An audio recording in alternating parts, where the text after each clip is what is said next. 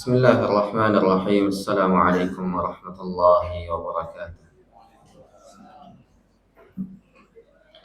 إن الحمد لله نحمده ونستعينه ونستغفره ونعوذ بالله من شرور أنفسنا ومن سيئات أعمالنا. من يهده الله فلا مضل له ومن يضلل فلا هادي له. أشهد أن لا إله إلا الله وحده لا شريك له وأشهد أن محمدا عبده ورسوله صلى الله عليه وسلم. أما بعد، فإن أصدق الحديث كلام الله، وخير الهدي هدي محمد صلى الله عليه وسلم، وشر الأمور محدثاتها، فإن كل محدثة بدعة وكل بدعة ضلالة.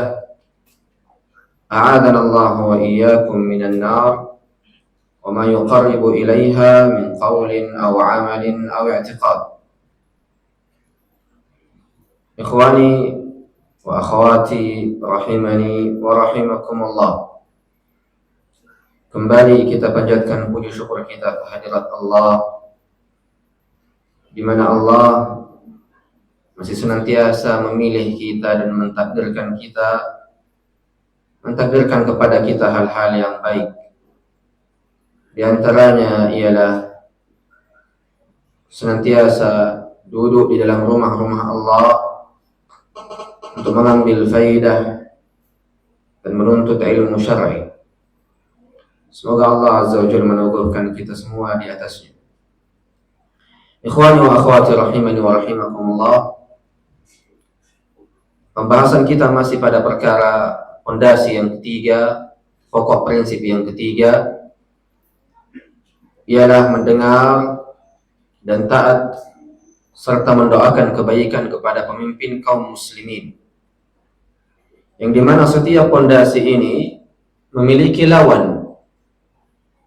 Sebagaimana fondasi yang pertama adalah tauhid, maka lawannya adalah kesyirikan. Yang dimana meyakini fondasi dan prinsip beragama ini adalah kewajiban, serta menjauhkan diri dari lawannya juga adalah kewajiban.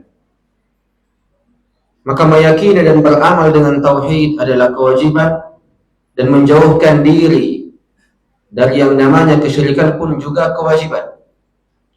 Fondasi yang kedua adalah persatuan yang dibangun di atas dalil Al-Quran dan Sunnah Nabi Sallallahu Alaihi Wasallam, yang dimulai dengan perkara tauhid, dan lawannya adalah berpecah belah yang diakibatkan oleh hawa nafsu, yang diakibatkan oleh pendapat-pendapat figur-figur tertentu, ataupun perpecahan yang hanya diakibatkan oleh maslahat-maslahat pribadi yang berkaitan dengan maslahat duniawiyah.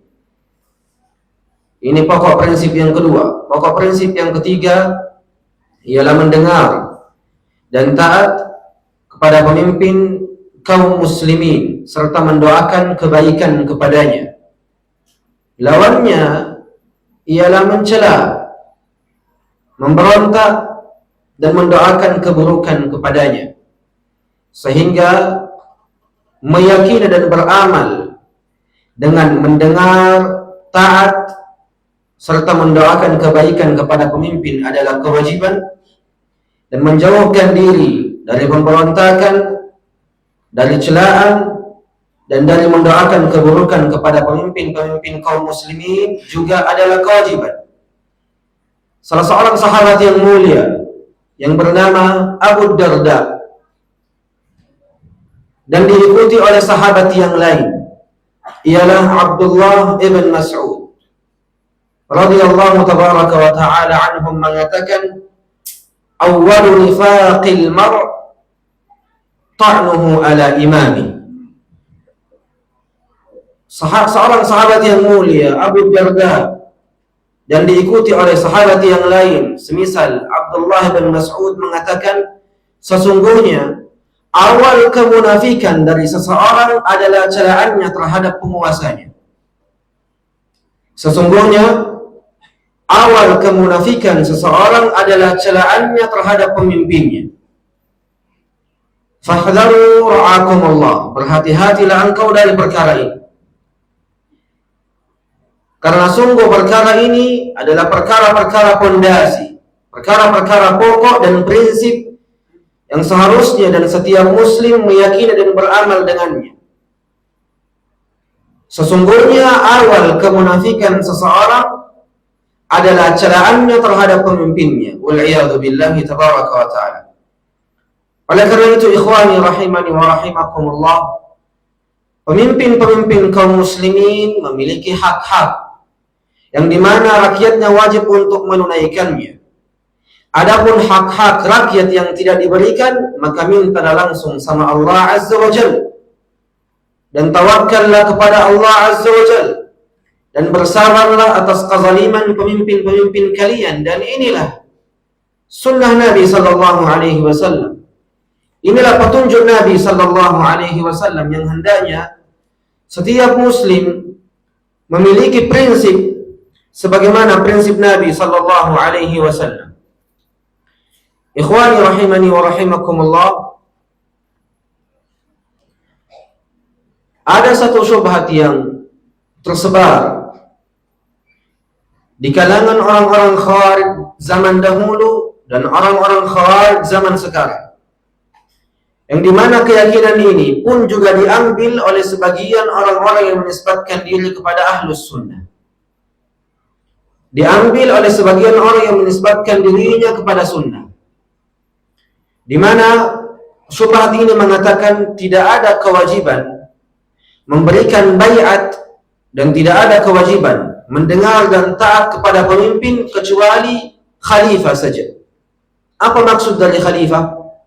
Seorang pemimpin kaum muslimin yang memimpin seluruh negeri-negeri kaum muslimin, sebagaimana di era Abu Bakar, di era Umar bin Khattab,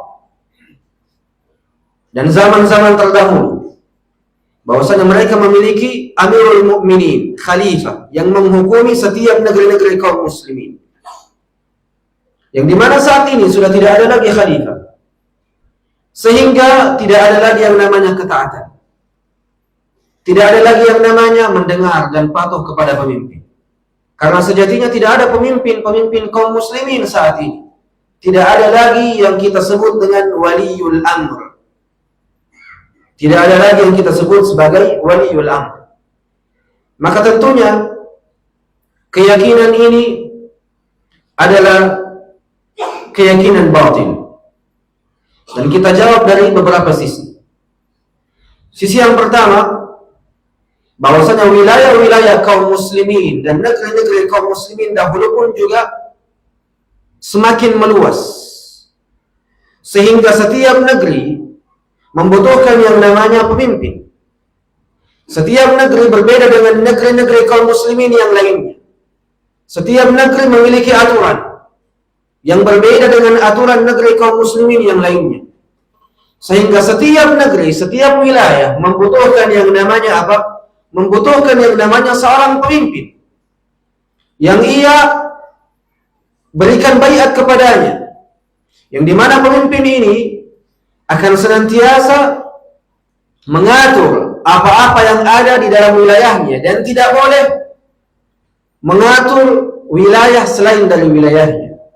Dan itu ada dari zaman para sahabat Nabi ridwanullahi tabaraka wa ta'ala alaihi, di mana kala itu di zaman Ali bin Abi Thalib radhiyallahu tabaraka wa ta'ala an, ada dua negeri kaum muslimin. Negeri yang pertama dipimpin oleh Ali bin Abi Thalib, dan negeri yang kedua dipimpin oleh Muawiyah ibn Abi Sufyan radhiyallahu tabaraka wa ta'ala anhu. Dan tidak ada yang namanya pemberontakan, yang dimana setiap rakyat, setiap manusia memberikan baiat dan memberikan ketaatan kepada pemimpin-pemimpinnya. Maka siapa yang berada di bawah naungan Ali bin Abi Thalib, maka ia berikan baiatnya, ia mendengar dan taat kepada Ali bin Abi Thalib.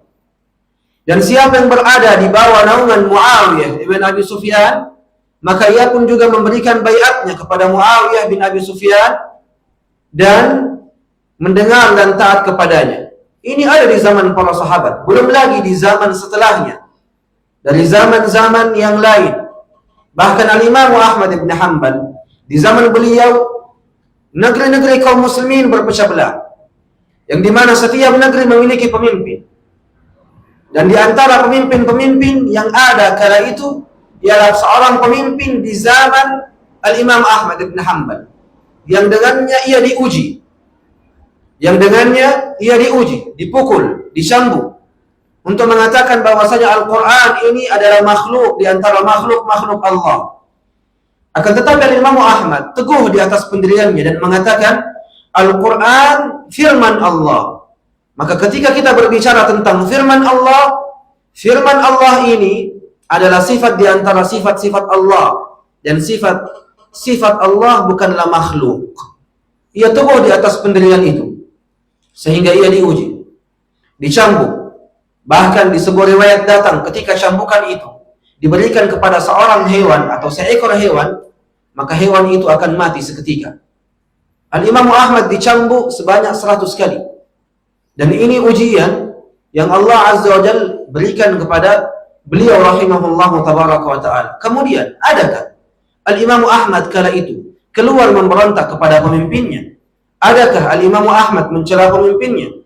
Adakah Al-Imam Ahmad mengajak kaum muslimin untuk senantiasa mengangkat tangannya untuk memerangi pemimpin-pemimpin kala itu yang sejatinya pemimpin itu telah meyakini sesuatu yang berada dari sisi kekafiran, wal'iyadu billah. Karena orang yang meyakini bahwasanya Al-Quran adalah makhluk, ini bentuk di antara bentuk-bentuk kekufuran. Tapi lihat bagaimana Imam Ahmad sabar. Lihat bagaimana Imam Ahmad bersikap kepada pemimpinnya kala itu. Dan kita saat ini tidak ada bandingannya dengan apa yang telah terjadi pada diri Al-Imam Ahmad bin Hanbal rahimahullah. Hak-hak kita hanya dihalangi beberapa saja. Dan itu pun hak-hak yang berkaitan dengan hawa nafsu. Adakah hak-hak yang berkaitan dengan ibadah kita dilarang oleh pemimpin-pemimpin kita? Kita dilarang mengumandangkan azan. Kita dilarang salat berjamaah. Kita dilarang mengeluarkan zakat. Dilarang berpuasa. Dilarang berhaji. Tidak ada sama sekali.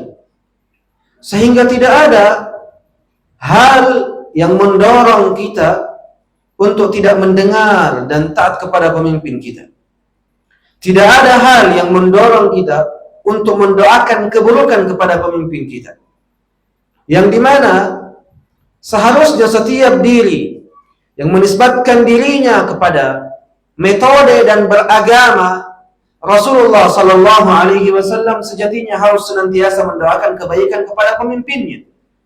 Yang dimana doa, kata Nabi sallallahu alaihi wasallam, adalah pedang di antara pedang-pedang kaum muslimin. Maka doakan pemimpin kita dengan doa-doa kebaikan. Semoga ada di antara doa-doa kita yang diijabah oleh Allah Subhanahu wa taala, yang dengannya bangsa dan negara menjadi baik, yang dengannya masyarakat kita menjadi baik, yang dengannya diri ini tidak memiliki rasa iri, rasa dengki, bahkan rasa benci kepada pemimpin-pemimpin kita dari pemimpin-pemimpin kaum muslimin. Maka hal-hal seperti ini perlu untuk kita renungi. Benarkah kita telah berada di atas prinsip yang benar dari prinsip-prinsip Nabi sallallahu alaihi wasallam? Maka ikhwani rahimani wa rahimakumullah, mencela penguasa tidak ada manfaatnya.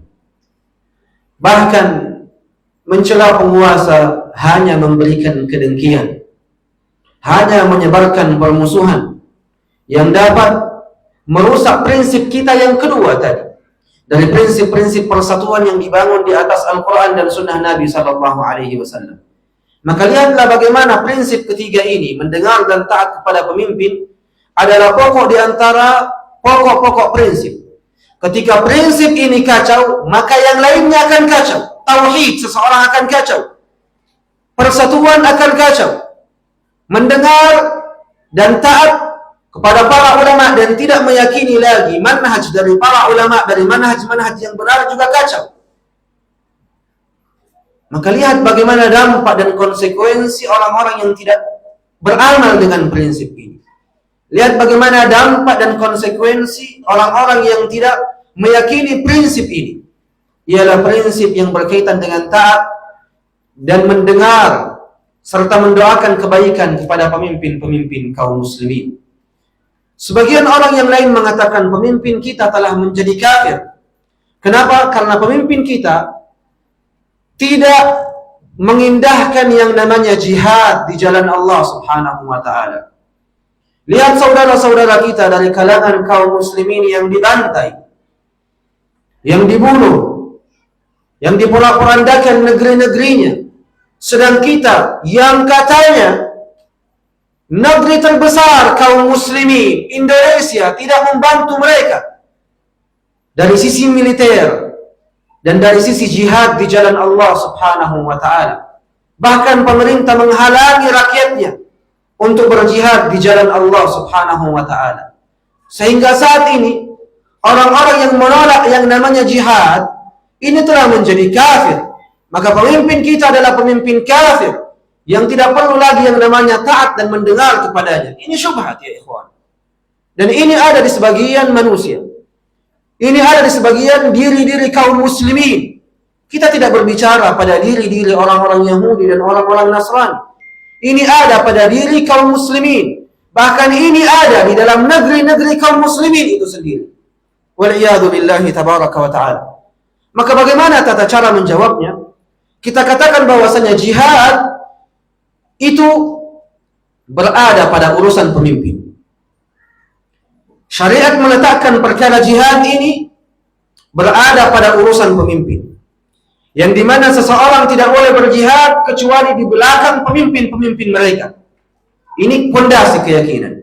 Ini prinsip dan pokok prinsip seseorang di dalam agamanya. Jihad tidak boleh kita lakukan kecuali jihad itu berada di belakang pemimpin-pemimpin kaum muslimin. Dan jihad itu ada dua. Jihadul talab dan jihadul dafa. Jihadul talab, jihad yang pertama ini tidak boleh dilakukan kecuali atas izin pemerintah. Jihad ini tidak boleh dilakukan kecuali berada di belakang pemerintah.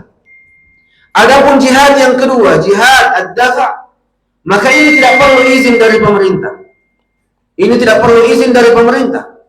Dan ini tidak perlu berada di belakang pemerintah. Kenapa? Karena jihad yang kedua ini adalah jihad yang berkaitan dengan hal-hal untuk membela diri-diri pribadi. Yang contohnya adalah ketika kita berada di rumah kita, maka masuk seorang pencuri untuk mengambil hak-hak kita. Maka pada saat ini dituntut pada diri kita untuk berjihad, membela diri kita, membela kehormatan kita, dan membela harta kita, dan membela keluarga kita.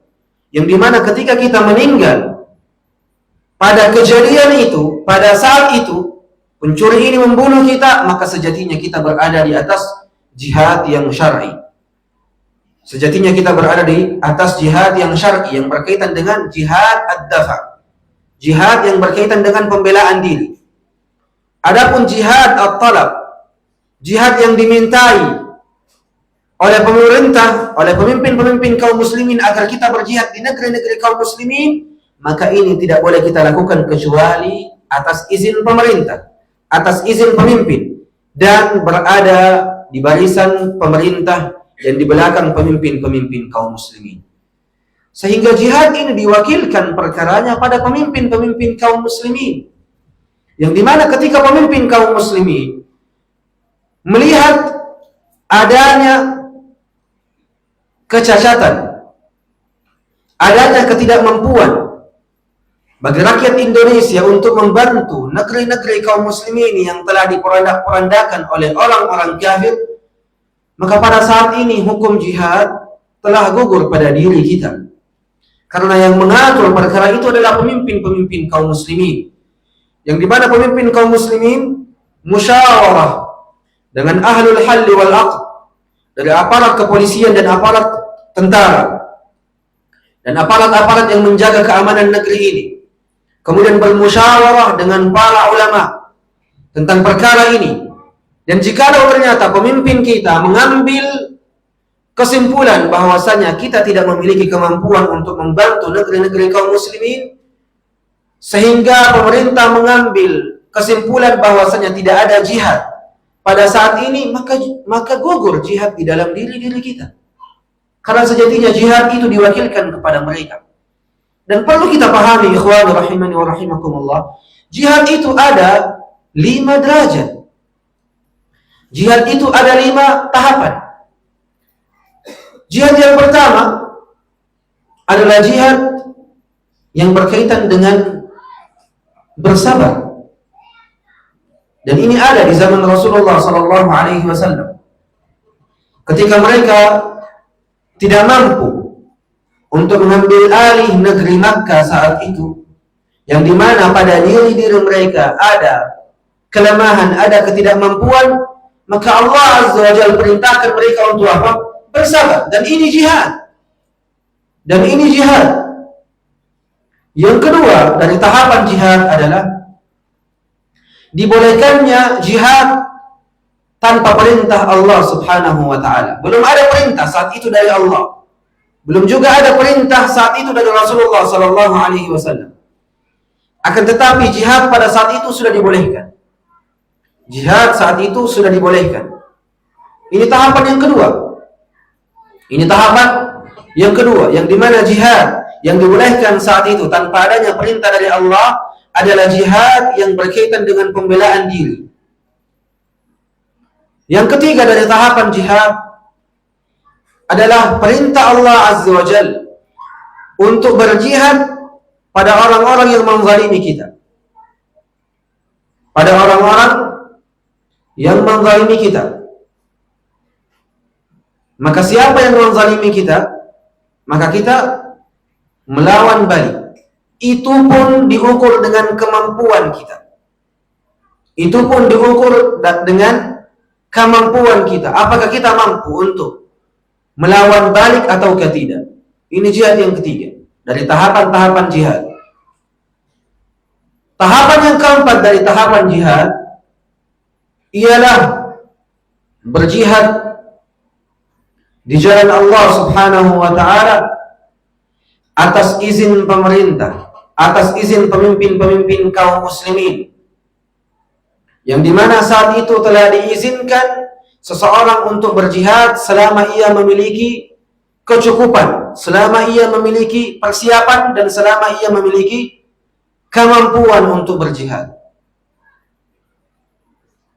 Maka ini diantara tahapan-tahapan yang ada pada perkara-perkara jihad, yang dimana kata para ulama, bahkan Syekhul Islam Ibn Taimiyah menukil ijma' di dalamnya, bahwasanya jihad antara tahapan pertama sampai tahapan yang kelima ini tidak saling memansuhkan, tidak saling menghapuskan. Yang dimana kelima tahapan ini tetap ada bahkan pada zaman kita saat ini. Maka yang menilai tahapan-tahapan itu adalah pemimpin kaum muslimin. Yang menilai tahapan itu adalah pemerintah dan aparat-aparat yang menjaga keamanan negeri ini, bukan setiap diri. Maka ketika pemimpin-pemimpin kaum muslimin mengambil tahapan yang pertama untuk bersabar, maka wajib bagi rakyatnya, wajib bagi setiap diri dari kaum muslimin untuk ikut bersabar. Karena yang mengetahui kesiapan, kemampuan seseorang untuk berjihad adalah pemimpinnya. Yang dimana pemimpin kaum muslimin akan melihat setiap sisinya. Apakah sisi kemampuan ini cukup? Sisi persiapan ini cukup? Sisi alat-alat perang kita cukup? Maka ini penting untuk kita perhatikan, ikhwani rahimani wa rahimakumullah. Karena Allah Azza wa Jalla memerintahkan kaum muslimin di dalam Al-Quran untuk mempersiapkan kemampuan kita.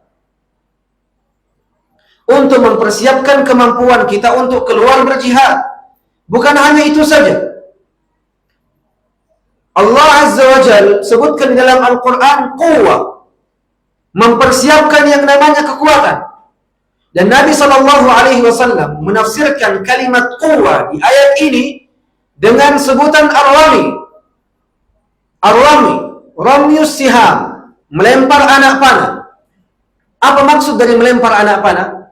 Seseorang diwajibkan untuk mempersiapkan kemampuannya dari sisi pengalaman, maharat.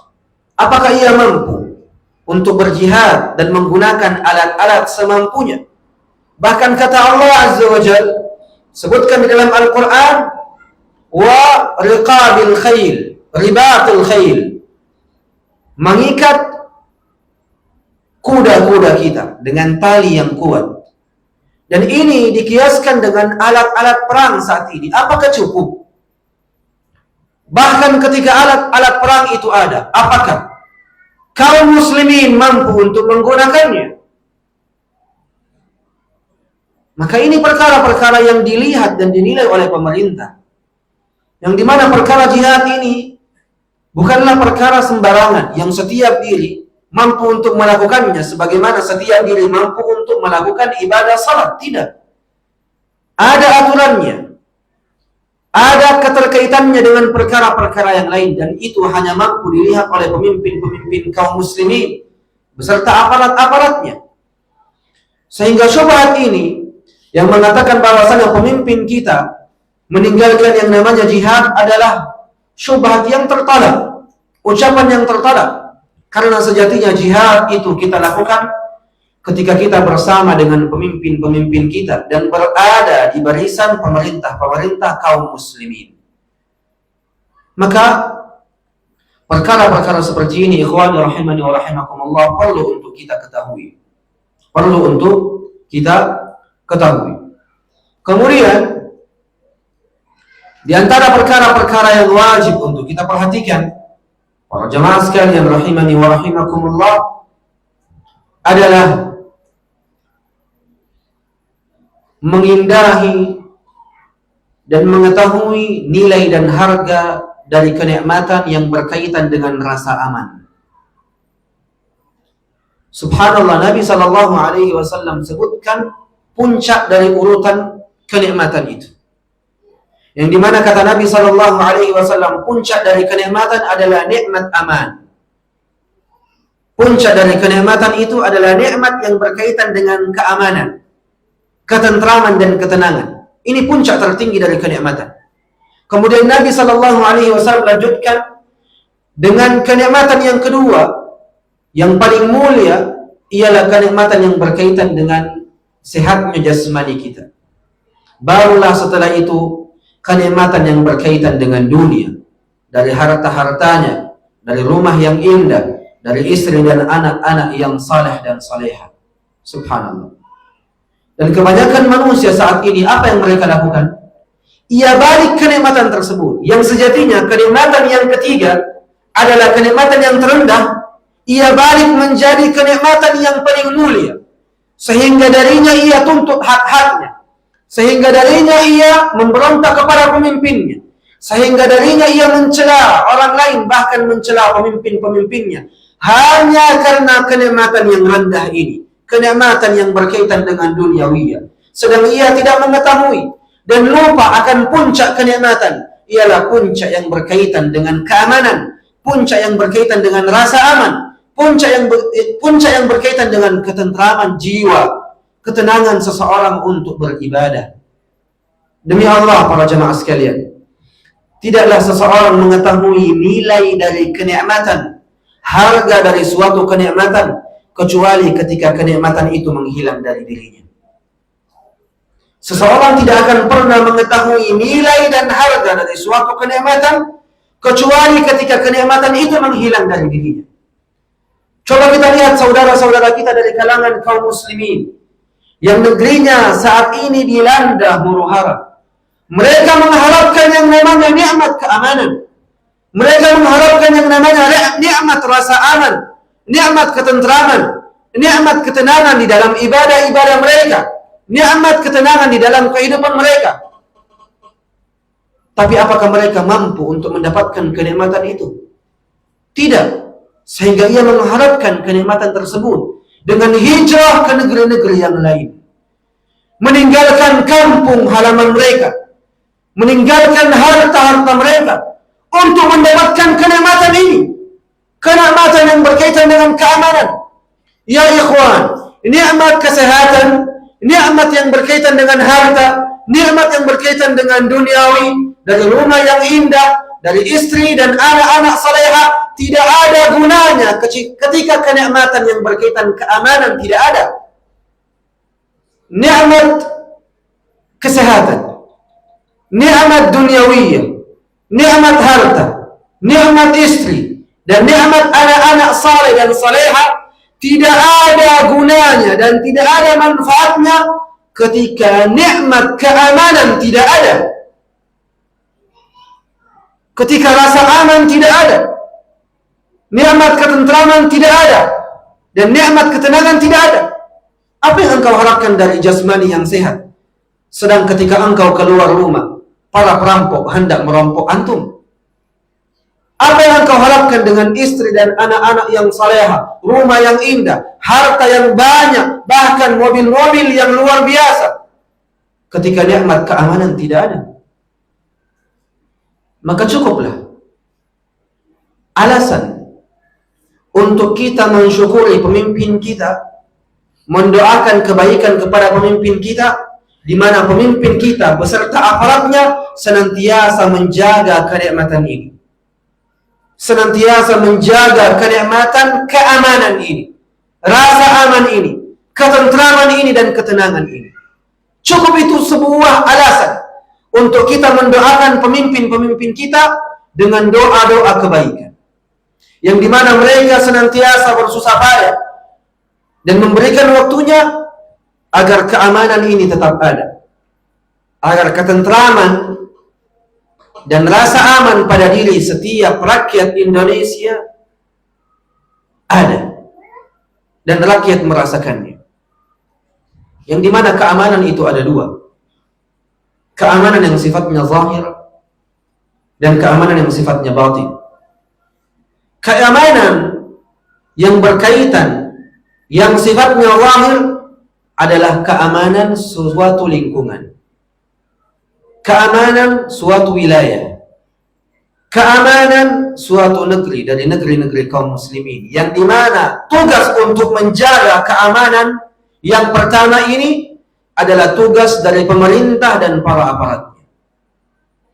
Adapun keamanan yang kedua, nikmat aman yang kedua, yang berkaitan yang sifatnya adalah batin, adalah rasa aman pada hati-hati setiap diri, yang dimana tugas yang ada pada nikmat aman ini adalah tugas dari setiap hamba, tugas dari setiap diri dari diri-diri kaum muslimin, untuk menjaga hatinya dan mengamankan hatinya dari perkara-perkara yang dapat mencacatinya, dari perkara-perkara yang dapat memberikan kotoran pada hatinya. Dan kedua, keamanan ini ada pada negeri kita, yang dimana hal ini telah cukup menjadi sebab untuk kita mendoakan kebaikan-kebaikan kepada pemimpin-pemimpin kaum muslimin, yang semoga Allah Azza wa Jalla senantiasa menjaga pemimpin-pemimpin kita, menjaga aparat-aparat kita dari kepolisian dan tentara-tentara kita, dan menjaga nikmat aman ini pada diri-diri kita, pada wilayah-wilayah kita, dan pada negeri-negeri kita. Dan semoga Allah Azza wa Jalla senantiasa memberikan kemuliaan kepada pemimpin-pemimpin kita, dan memberikan kemuliaan kepada para aparatnya, dan memberikan kemuliaan pada negeri-negeri kaum muslimin. Yang demi Allah, doa kebaikan kepada pemimpin adalah senjata terbesar agar bangsa dan negeri ini menjadi aman, tentram, dan sentosa. Hanya saja kebanyakan dari manusia malah melakukan sebaliknya, mendoakan keburukan pemimpinnya hanya karena perkara-perkara yang berkaitan dengan hawa nafsu, bukan karena perkara-perkara yang berkaitan dengan kebaikan bangsa dan negeri ini. Kezaliman yang ada saat ini ada di setiap tempat. Kezaliman yang ada pada saat ini ada di setiap tempat, bukan hanya di negeri-negeri kita. Maka jangan pernah engkau mengatakan bahwasanya hanya negeri kita yang dipenuhi dengan kezaliman. Ya subhanallah. Jikalau itu terjadi ya ikhwan, jikalau memang ucapanmu benar bahwa negeri kita adalah negeri yang dipenuhi dengan kezaliman, maka sungguh demi Allah tidak ada lagi yang namanya ibadah yang kita lakukan dengan tenang. Tidak ada lagi yang namanya keberkahan pada negeri ini. Tidak ada lagi yang namanya kemajuan dari sisi dakwah kepada Allah. Tidak ada lagi yang namanya pembangunan masjid di setiap tempat. Itu jikalau benar, kalau negeri kita ini dipenuhi dengan kezaliman. Hanya saja kita tidak mau mengakui keberkahan pada negeri ini. Hanya saja kita tidak mau mengakui kebaikan dari pemimpin-pemimpin kita. Hanya saja kita tidak mengetahui dan tidak mau mengakui kesungguhan pemimpin kita untuk memberikan hal-hal terbaik kepada rakyatnya. Yang ada adalah prasangka-prasangka buruk yang telah meracuni diri kita dan hati kita, waliyadzubillah. Sehingga kita pun mencela pemimpin-pemimpin kita. Sedang Nabi SAW bersabda, al-muslimu laisa la'anan wa sabbaba. Seorang muslim itu, seorang yang beriman itu bukanlah orang yang senantiasa melaknat dan mencela. Ini orang yang beriman, ini orang yang muslim. Maka prinsip ini perlu untuk kita indahi. Prinsip ini perlu untuk kita beramal dengannya. Bahkan prinsip ini patut untuk kita sebarkan, patut untuk kita sampaikan kepada orang-orang yang belum mengetahuinya. Bukan untuk menjilat para penguasa, bukan pula untuk meraih kursi-kursi pemerintah, tapi kita menyebarkan kebaikan ini, menyebarkan prinsip ini karena agama kita menuntut kita untuk melakukannya. Nabi kita Muhammad sallallahu alaihi wasallam menuntut kita untuk memberikan dan menyampaikan prinsip ini kepada umat Islam, sehingga kita pun melakukannya. Maka ikhwani rahimani wa rahimakumullah, indahilah dan ketahuilah harga dan nilai dari kenikmatan keamanan ini. Jangan sampai kita kufur akan kenikmatan keamanan ini. Jangan sampai kita mengingkari nikmat keamanan ini. Karena jikalau itu terjadi, maka terjadilah sebagaimana apa yang Allah Azza wa Jalla firmankan di dalam Al-Quran. Daraballahu mathalan qaryatan kanat aminatan mutmainnah ya'tiha rizquha ragadan min kulli makan fakafarat bi an'amillah fa'adhaqaha Allahu libasal ju'i wal khawfi. Dahulu Allah Azza wa Jalla berikan permisalan kepada suatu negeri, suatu wilayah, yang dimana negeri itu adalah negeri yang beriman, negeri yang dipenuhi dengan nikmat keamanan, negeri yang dipenuhi dengan ketentraman dan ketenangan, bahkan negeri yang dipenuhi dengan rezeki-rezeki dunia yang mendatanginya dari setiap sisi. Akan tetapi ketika penduduk negeri tersebut kufur terhadap nikmat keamanan ini, Allah Azza wa Jalla memberikan dia ganjaran berupa rasa lapar dan memberikan ganjaran kepada mereka berupa rasa ketakutan pada dirinya, wal'iyadzubillah. Maka ketahuilah kadar, nilai dan harga nikmat ini, nikmat aman, yang dimana dari Allah kaum muslimin yang berada di dalam huru hara negerinya senantiasa mengharapkan nikmat yang ada pada kita saat ini, senantiasa menginginkan nikmat aman ini. Maka ketahuilah kadar, nilai dan harga dari kenikmatan ini, sehingga Allah Azza wa Jalla tidak mencabut pada diri kita, tidak mencabut pada wilayah kita, dan tidak mencabut pada negeri-negeri kita. Semoga Allah Azza wa Jalla senantiasa memberikan kita karunia berupa kenikmatan ini pada keluarga kita, pada diri kita, pada wilayah kita, pada bangsa kita, dan pada negeri kita. Innahu ala kulli syai'in qadir. Ikhwani rahimani wa rahimakumullah, kita pindah insyaallah tabaraka wa ta'ala ke pondasi selanjutnya. Pondasi yang keempat. Setelah kita membahas pondasi yang ketiga, dari perkara-perkara yang berkaitan dengan mendengar dan taat kepada pemimpin-pemimpin kaum muslimin, bahkan ketika pemimpin itu adalah seorang yang zalim, bahkan ketika pemimpin itu adalah seorang yang fasik, bahkan ketika pemimpin itu adalah seorang ahli bid'ah, wajib untuk tetap mendengar dan taat kepadanya pada perkara-perkara yang baik, yang tidak ada di dalamnya hal-hal yang berkaitan dengan kemaksiatan kepada Allah dan kemaksiatan kepada Rasulullah sallallahu alaihi wasallam. Hal yang viral saat ini, ikhwani rahimani wa rahimakumullah, hal-hal yang berkaitan dengan barkode bensin untuk kendaraan mobil. Ini sekarang yang viral. Dan tadi saya baru ketahui perkara ini. Saya menuju salah satu di antara tempat untuk mengisi bensin. Kemudian saya ingin mengisi bensin, yang dimana bensin yang sering kita pakai adalah Pertalite, bensin yang diberikan subsidi oleh pemerintah. Kata pelayannya, tidak bisa Pak, harus dengan barcode. Nah, saya tidak punya barcode. Bagaimana? Ini aturan dari pemerintah. Saya langsung katakan, siap mendengar dan taat. Siap mendengar dan taat. Kemudian saya pun katakan, bagaimana cara saya untuk mengisi? Pelayannya katakan, kalau mau isi kit Pertamax, itu tidak ada subsidi di situ dan boleh untuk setiap kendaraan. Saya katakan, berapa selisihnya? Selisihnya lumayan Pak, 2.500. Sekarang, engkau korbankan agamamu, engkau korbankan sunnah Nabi, engkau korbankan prinsip beragamamu, engkau korbankan ketaatanmu kepada pemimpinmu, ataukah engkau korbankan uangmu 2.500? Yang dimana dengan uang ini 2.500 yang masuk bisa saja dapat memajukan bangsa dan negeri kita. Hal-hal seperti ini kadang kita tidak renungi.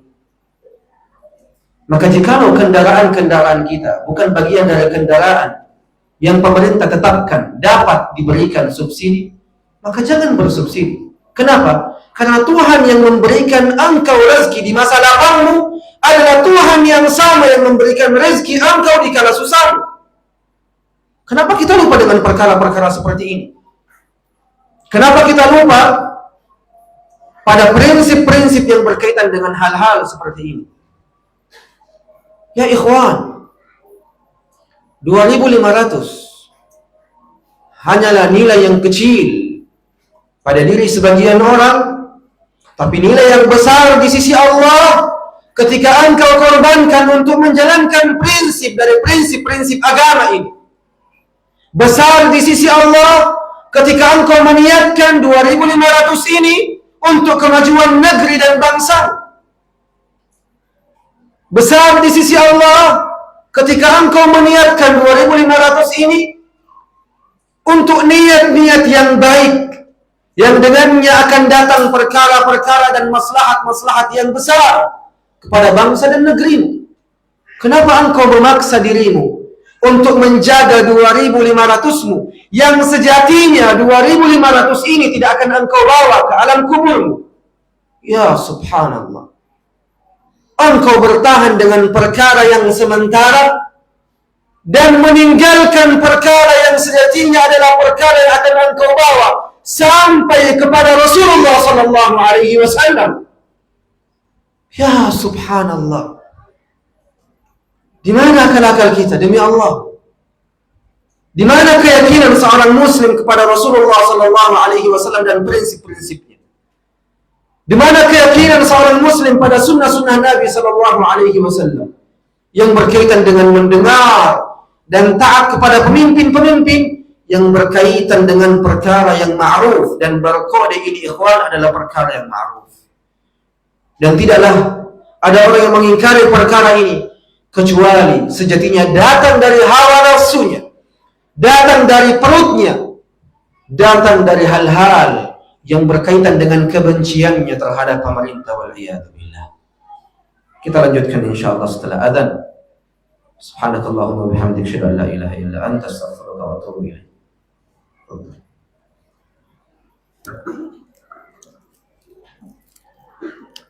Allahu Akbar, Allahu Akbar.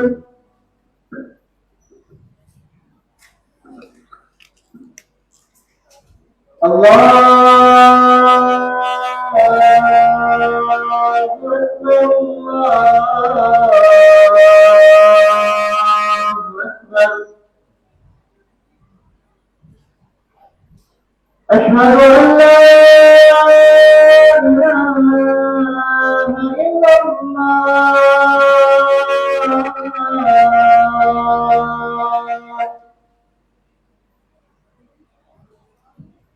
أشهد أن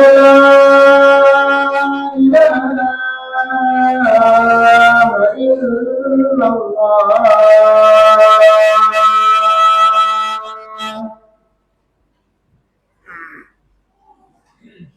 أشهد أن محمدا رسول الله. أشهد أن محمدا رسول الله.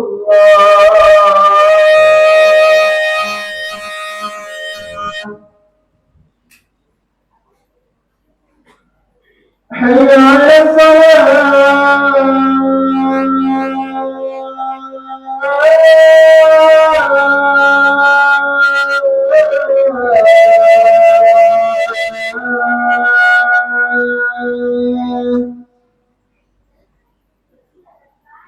حي على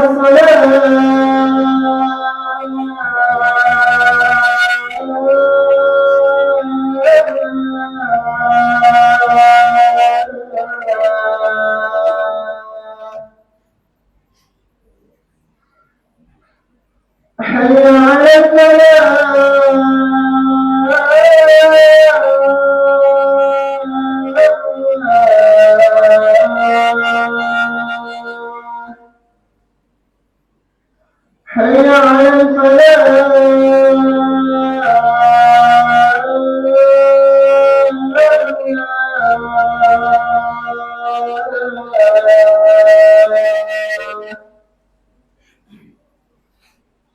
الله أكبر، الله أكبر. لا إله إلا الله.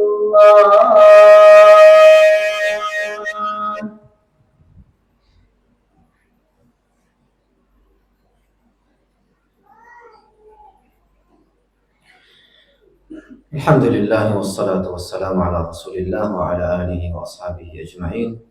Ikhwani wa akhwati rahimani wa rahimakumullah. Salah seorang ulama di zaman salaf, di mana Imam Ibn Abdul Bar menukil ucapan ini di dalam kitabnya dari seseorang bernama Abu Ishaq As-Sabi'i rahimahullah, mengatakan ma sabba qaumun amirahum illa hurimu khairuhu. Tidaklah seseorang mencela pemimpinnya kecuali kebaikan pemimpinnya haram atasnya. Sehingga sangat wajar ketika ada pada diri sebagian manusia yang terhalangi dari kebaikan-kebaikan pemimpin. Kenapa? Itu disebabkan karena celaannya terhadap pemimpinnya. Itu disebabkan karena kebenciannya terhadap pemimpinnya. Bahkan yang lebih aneh yang terjadi di zaman kita sekarang, di mana banyak manusia yang senantiasa meneriakkan khalifah, Kami menginginkan negeri-negeri Islam. Kami menginginkan pemimpin yang berhukum dengan hukum Islam, bukan dengan hukum kafir. Dan tak tahunya, ketika pemimpin kita berhukum dengan hukum Islam, ia pun mengingkarinya. Ini diantara bentuk keanehan di zaman kita sekarang. Mereka meneriakkan ingin negeri Islam, ingin khilafah Islamiyah, tapi ia tidak ingin aturan dan hukum Islam ditegakkan. Sehingga ucapan-ucapannya, teriakan-teriakan yang ada pada mereka sejatinya adalah teriakan-teriakan palsu, yang dibungkus dengan ucapan-ucapan yang baik saja, tapi pada hakikatnya ia palsu. Maka kita katakan kepada orang-orang seperti itu, siapkah engkau dengan hukum-hukum Islam? Siapkah engkau dengan hukum-hukum Islam? Kita berikan satu hukum Islam di antara hukum-hukum Islam.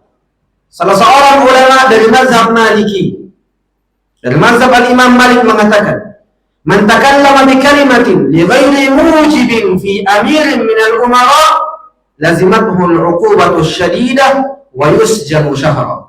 Siapa yang berbicara tentang pemimpin yang di mana di dalamnya ia tidak memiliki kewajiban, siapa yang berbicara tentang pemimpin-pemimpin kaum muslimin, mencelanya, menjelek-jelekkannya, yang di mana di dalamnya tidak ada kewajiban sekalipun bagi dirinya, maka hukumannya adalah hukuman yang berat dan wajib baginya untuk dipenjara selama sebulan. Hukum Islam. Sanggupkah engkau untuk tunduk pada hukum ini?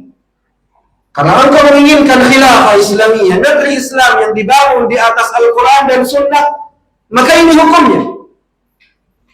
Siapkah engkau dengan hukum-hukum seperti ini? Ataukah engkau hanya menginginkan negeri-negeri Islam yang ada pada benak-benak diri engkau? Waliyadzubillah. Bahkan Imam Ibn Qudamah mengatakan, siapa yang mencela para pemimpin, maka ia atau hukumannya diasingkan dari wilayahnya. Al-Imam Ibn Qudamah, seorang imam di antara imam-imam di bidang fikih. Sanggupkah engkau untuk tunduk pada hukum ini? Jika memang engkau benar dan jujur menginginkan khilafah Islamiyah, menginginkan negeri yang dibangun di atas hukum Islam, ini hukumnya. Yang tak tahunya mereka adalah orang yang paling pertama yang berbicara tentang pemimpin, orang yang paling pertama mencela pemimpin. Bahkan yang lebih aneh, ketika kita tanyakan kepada mereka, apakah pemimpin kita kafir? Ia katakan bukan kafir. Kita tanyakan lagi, apakah pemimpin kita muslim? Bukan juga muslim. Apa paling? Bukan kafir, bukan muslim. Ini akidah dari akidah Mu'tazilah, manzilah bainal manzilatain. Sebuah tempat di antara dua sisi. Bukan kafir, bukan Islam. Di mana apa ini tengah-tengah? Ini keyakinan dari keyakinan golongan yang sesat, Al-Mu'tazilah. Maka ini yang terjadi. Ia katakan bukan muslim. Kenapa? Karena pemimpin kita tidak berhukum dengan hukum Islam. Dan bukan kafir. Kenapa? Tidak ku tahu alasannya. Apa alasannya? Berikan kita dalil sebab kekafirannya. Karena dia berhukum dengan hukum kafir sehingga dia menjadi orang yang kafir secara langsung? Tidak. Allah Azza wa Jalla sebutkan di dalam Al-Quran, "Man lam yahkum bi ghairi ma anzalallah fa ulaika humul kafirun." Di ayat yang lain, "Fa ulaika humul fasiqun." Di ayat yang lain, "Fa ulaika humul zalimun." Ada 3 tingkatan orang-orang yang berhukum dengan hukum selain hukum Islam. Ia bisa menjadi kafir, tapi bisa juga menjadi fasik, bisa juga menjadi zalim. Kan seperti itu. Ada aturannya, ada hukum-hukumnya. Kapan ia menjadi kafir? Ketika pemimpin kita melihat bahwa hukum ini lebih baik daripada hukum Islam. Ketika pemimpin kita mengatakan berhukum dengan hukum ini demokrasi sama dengan hukum Islam, maka ini menjadi kafir. Tapi siapa yang mengkafirkan? Setiap diri atau para ulama? Para ulama. Dan maksud dari para ulama adalah pertemuan kita selanjutnya. Siapakah para ulama itu? Sehingga setiap diri akan merasa ingin mengetahui siapa itu ulama, siapa itu. Maka pondasi yang keempat dan prinsip yang keempat dari prinsip-prinsip beragama adalah mengetahui siapa itu para ulama dan apakah yang disebut sebagai ahli ilmu dan apa hakikat dari ilmu. Ini insyaallah tabaraka wa taala kita akan bahas di pertemuan selanjutnya di hari Ahad. Semoga Allah Azza wa Jalla berikan kita kesehatan, berikan kita kemampuan untuk senantiasa berada di atas jalan yang benar, berada di atas kebaikan, dan semoga Allah Azza wa Jalla menjadikan majlis ini sebab di antara sebab-sebab masuknya kita ke dalam syurga Allah Subhanahu wa taala. Aqulu qawli hadza wa astaghfirullah li wa lakum. Sallallahu ala nabiyyina Muhammadin wa ala alihi wa sahbihi wa sallam. Assalamualaikum warahmatullahi wabarakatuh.